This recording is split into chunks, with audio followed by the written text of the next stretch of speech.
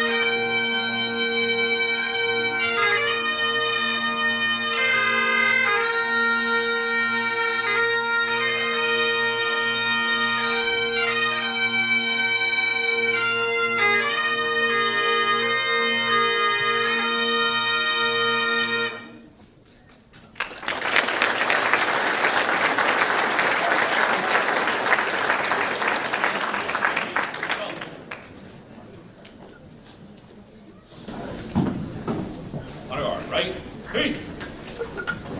Forward, walk.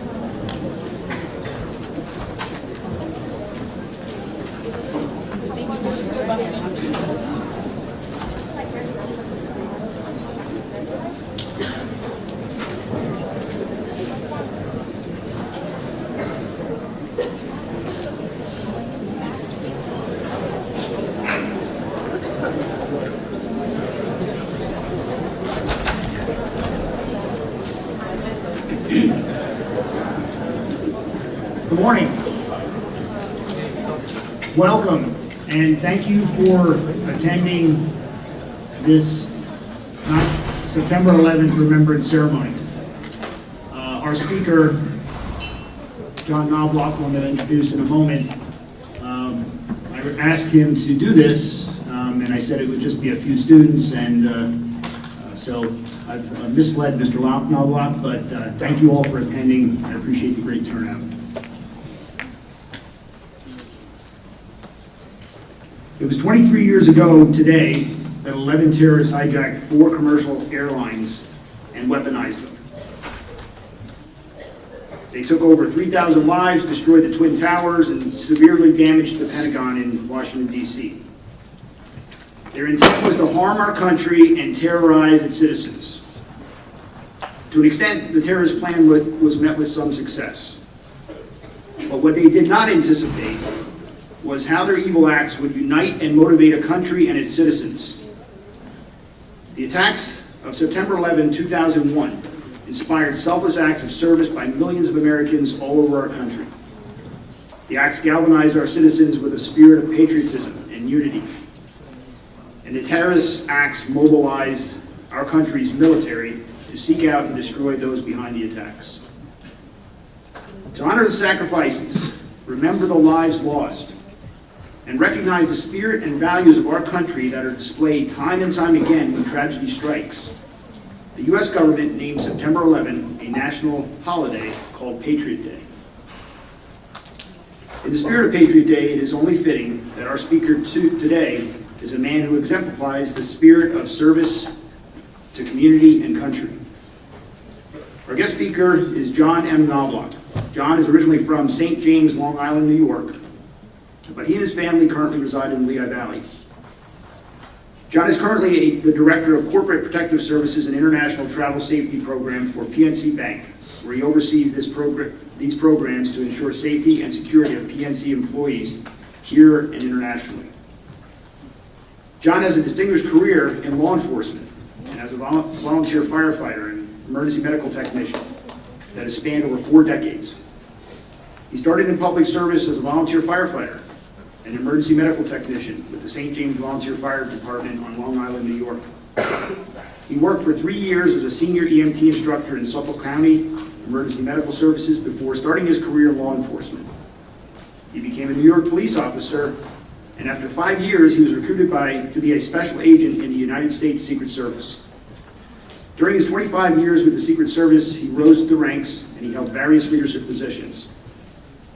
Also during this time, John received several awards and commendations, including 2 NYPD Excellent Police Duty Medals, 1 for life-saving and 1 for capturing and arresting a man shooting at unarmed civilians. Among his Secret Service awards, he received the Secret Service Director's Award for saving the life of a fellow agent. John's commitment to public service continues today, as he is a volunteer firefighter and EMT at Mia Township Volunteer Fire Company.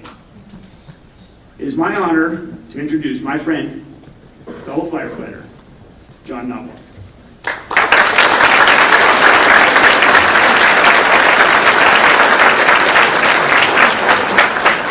Thank you all for inviting me to be here. I believe I was ambushed. This is a few more than a couple people. I'm only kidding. Just so all of you know, I've never really spoken to any large group other than a couple of my close friends and former colleagues. To this day, I cannot even watch videos about 9/11, as it still is an open wound that will never heal. There was also a lot I'm not allowed to talk about, because I was operational at the time that all this occurred. September 11th, 2001 started out like any ordinary day. It was a bright sunny day on the East Coast. People were waking up and commuting to New York City as well as other cities throughout the United States. The 50,000 people who worked at the World Trade Center and the 150,000 that used the subway stations to connect there had no idea what would be happening that day.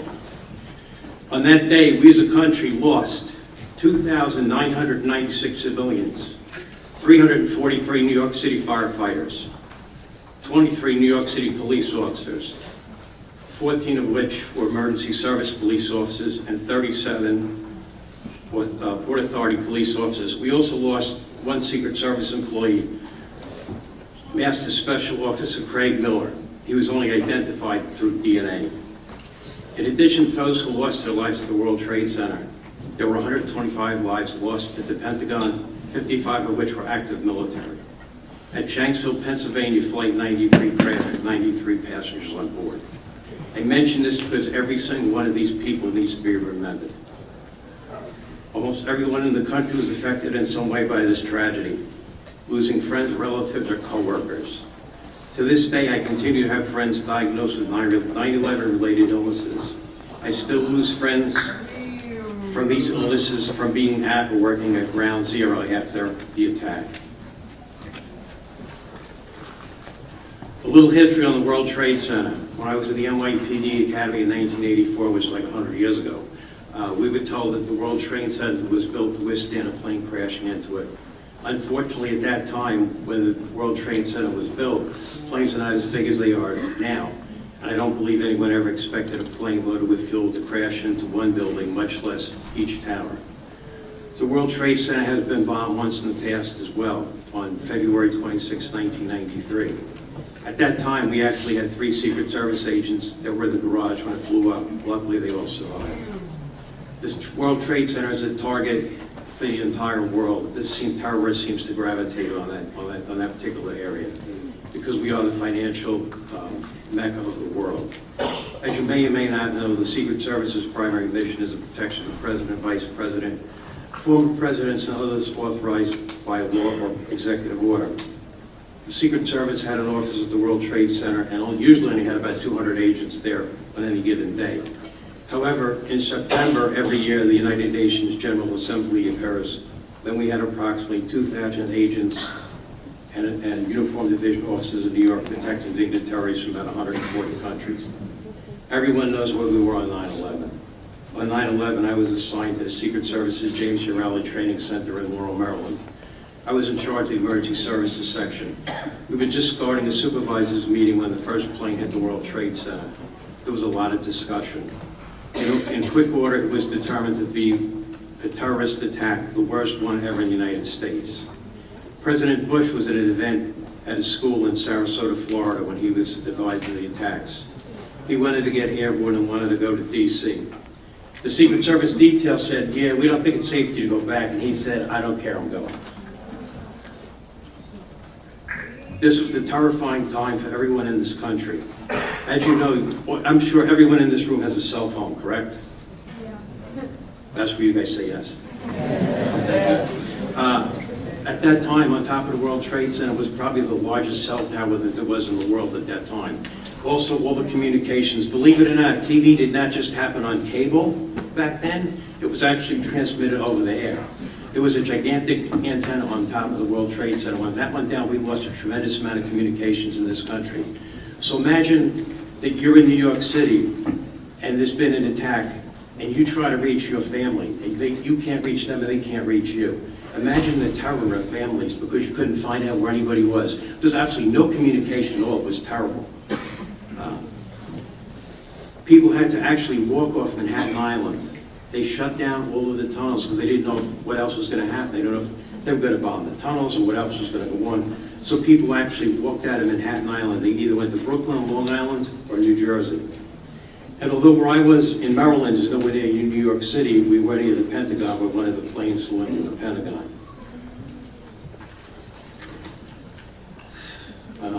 Emergency services personnel all over the country were overwhelmed because, like I said, this was obviously an attack, and no one knew how big it was going to be or what the next place might be. So pretty much every fire department, every police department was all hands on duty. Everybody went back to work. And amazingly enough, even retired guys showed up in New York, Secret Service guys, you name it. Everybody came from everywhere wanting to help. My guys came to me and pretty much mutinied and said they wanted to go to the Pentagon. So I sent a group of my guys to the Pentagon, and unfortunately, I had a bunch of paramedics and EMTs that worked for me, and I sent them over to the Pentagon, but unfortunately, there wasn't much they could do there. I lived in the flight path of Andrews Air Force Base and BWI Airport, Baltimore Washington Airport. It was the strangest thing that there was no aircraft in the air, as this was the first time in history that the United States airspace was shut down by the President of the United States. The only sound you heard was the sound of F-16 fighters taking off from Andrews as they protected the eastern seaboard. I think the most incredible thing that I witnessed was people from all walks of life doing extraordinary, selfless acts of courage and kindness. People who are first responders, fire, police, EMS, routinely live with the fact that they may not go home at the end of their shift. That's a given.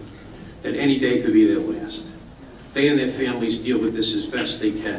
When the towers are ready to collapse, all of those individuals bravely entered the buildings anyway to comfort the people who were terrified.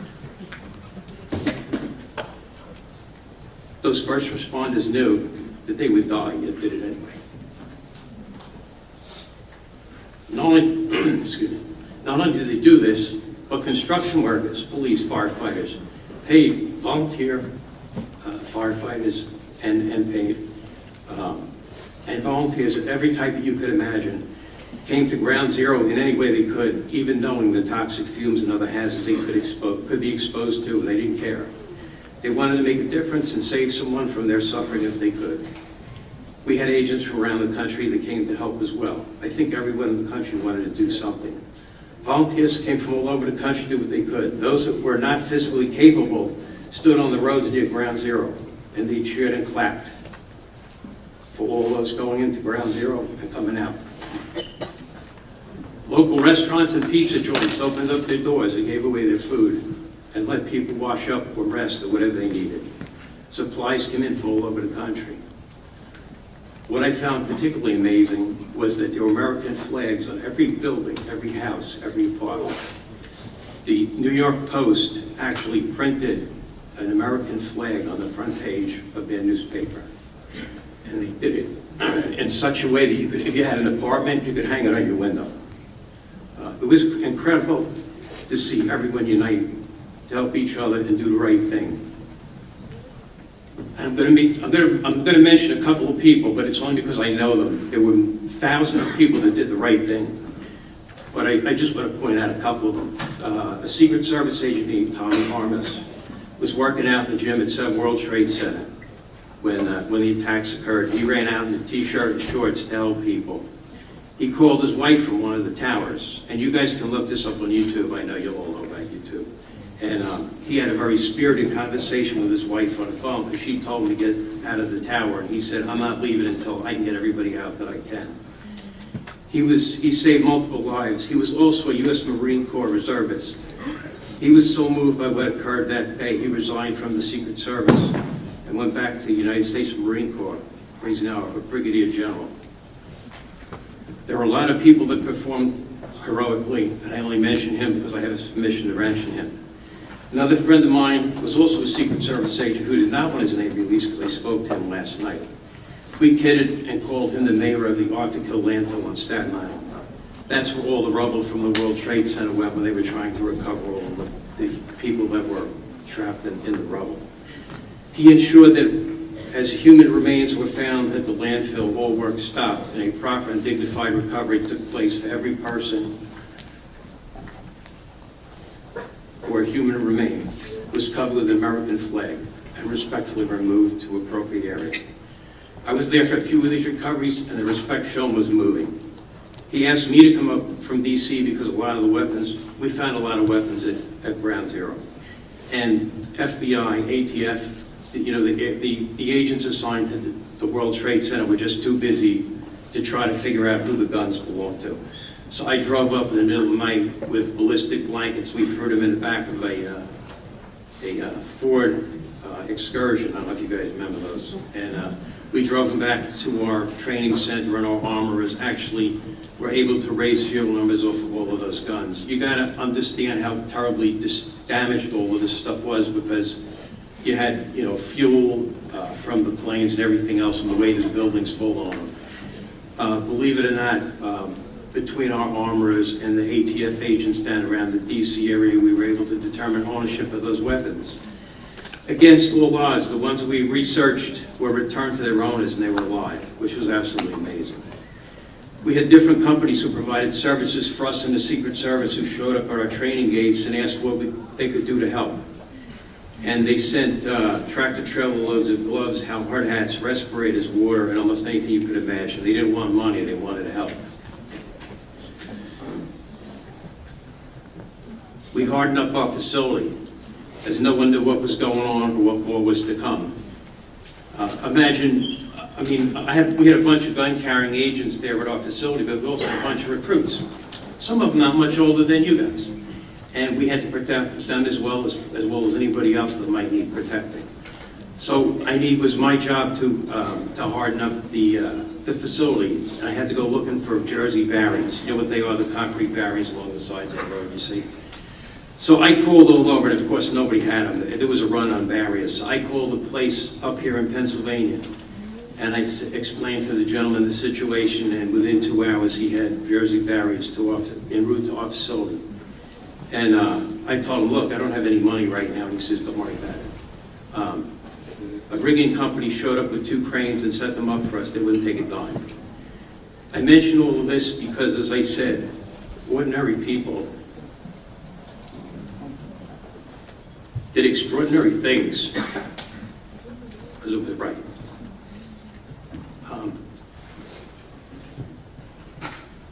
We are all fortunate enough to be living in the greatest country in the world. All of you in this room today are capable of extraordinary things and amazing things. You're extraordinary people. I hope that nothing like this ever happens in your lifetime.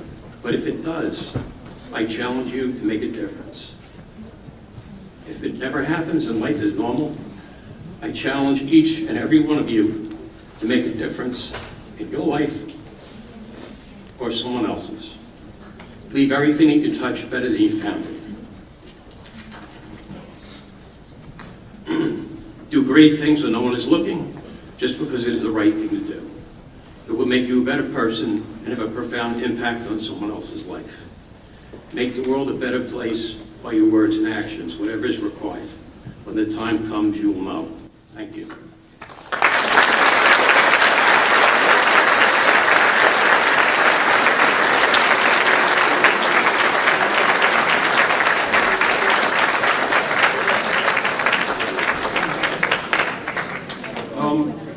Another round of applause for our speaker. Thank you so much.